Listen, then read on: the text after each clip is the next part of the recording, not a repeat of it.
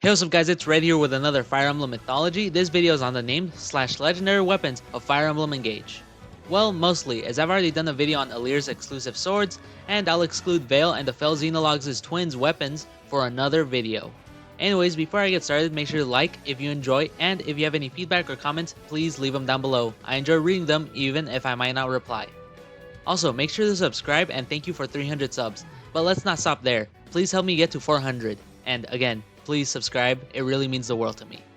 So anyways, let's get started. So the first section will be on the named swords, with the first one being the Kalad Bolg, which in real life mythology comes from Irish mythology, as it's a sword wielded by Fergus Mac Roic, who was formerly the king of Ulster, which was a kingdom located in the northeastern part of Ireland.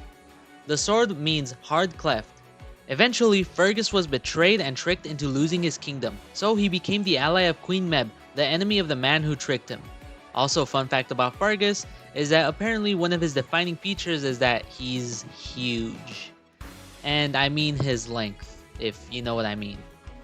And also, he was very potent, which caused many problems and led him to many precarious situations. Anyways, in Fire Emblem Engage, Kalad Bolg has no real lore, and just a quote-unquote, a legendary sword famous for its great power. And it was also wielded by Zephyia, in which you can obtain it after defeating her. And that's it. This is a big problem with Engage's stuff, where there's no real lore. And this goes for all the other weapons as well. Also, its first appearance in Fire Emblem is actually in Fire Emblem Radiant Dawn, in which it's exclusive to Edward of the Dawn Brigade. And it was gifted by Peleus, and it was a national treasure of Dane. Now, onto the next sword, which is Georgios. And there's no real life mythology.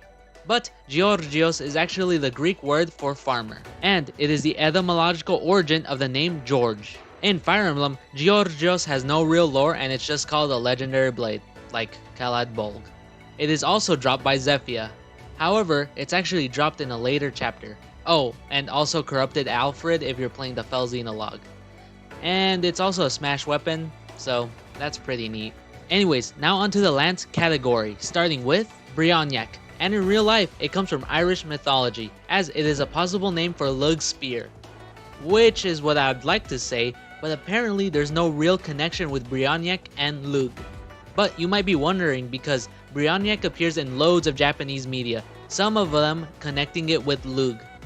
But the answer is that in the 1990s, a book published in Japan attributed Brionac to Lug, which was probably a mistranslation as there's another spear, Brionac, with a different spelling, and it originated in the works of Michael Moorcock. Goated last name, by the way. Anyways, he was a novelist, plus the spear wasn't even Lug's in his work. So it literally doesn't make sense as to why Lug was attributed to Brionac. So it's 100% that book's fault. And that book, by the way, wasn't even written by a historian.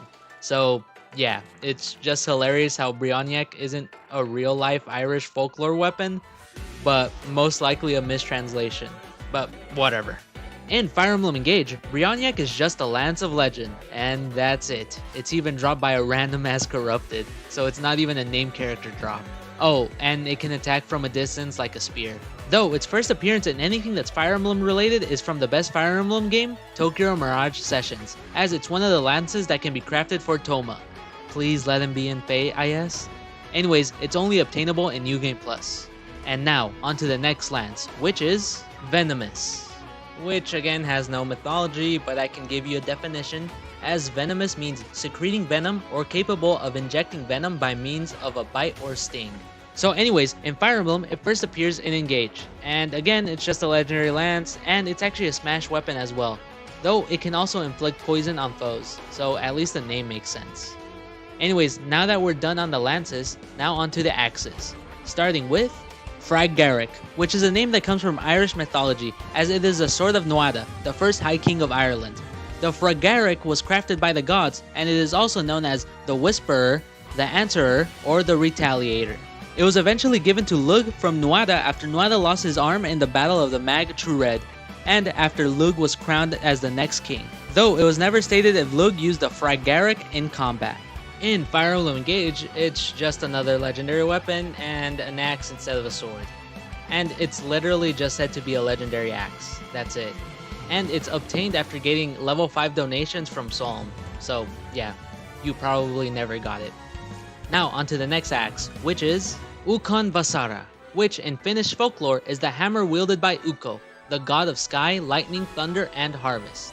Though it's sometimes depicted as a sword or axe. It's basically comparable to Thor's Mjolnir in Norse mythology, especially when Ukko fits a similar role to Thor in terms of being the type of god. In Fire Emblem Engage, it's, you guessed it, another legendary axe. That's a smash weapon, and again, it's dropped by another random corrupted. That's pretty much it. Though it first appeared in Fire Emblem Three Houses as it was called the Axe of Ukon Vasara, and it was a sacred weapon created by Saint Macule to be used at the War of Heroes, and it is associated with the crest of Gloucester.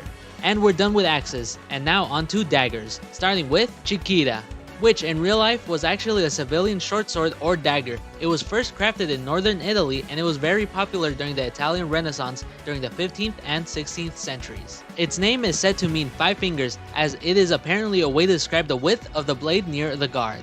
In Fire Emblem, Chiquita is a legendary throwing knife that can inflict poison, and it's just found in a chest. So yeah, not even an enemy drop. Anyways, now onto the next dagger, which is Karnwenhan, which in real life mythology was from Arthurian legend, as it was the dagger of the legendary King Arthur.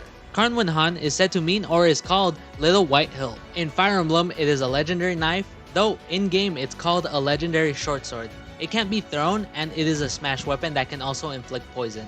And it's dropped by a corrupted thief.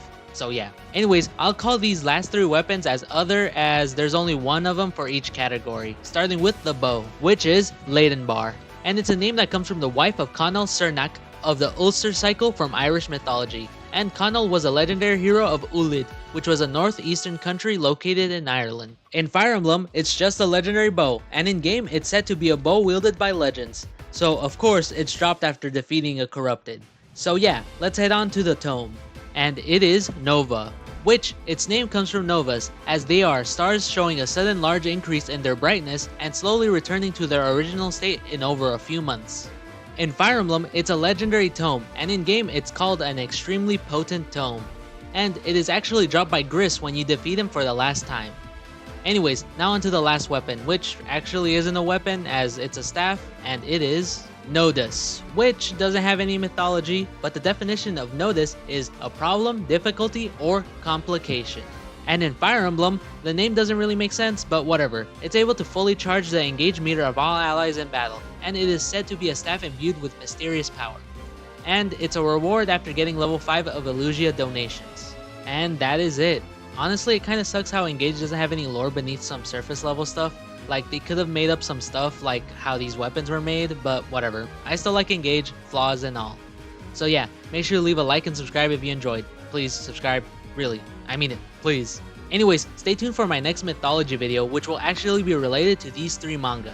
Yes, it will be another anime/manga mythology, and it will be about Kagurabachi. I'm making it because a friend of mine went to Japan and I used him to buy all the volumes that are out now. Oh, and I also got 2 Chainsaw Man manga too, so yeah, stay tuned for more content.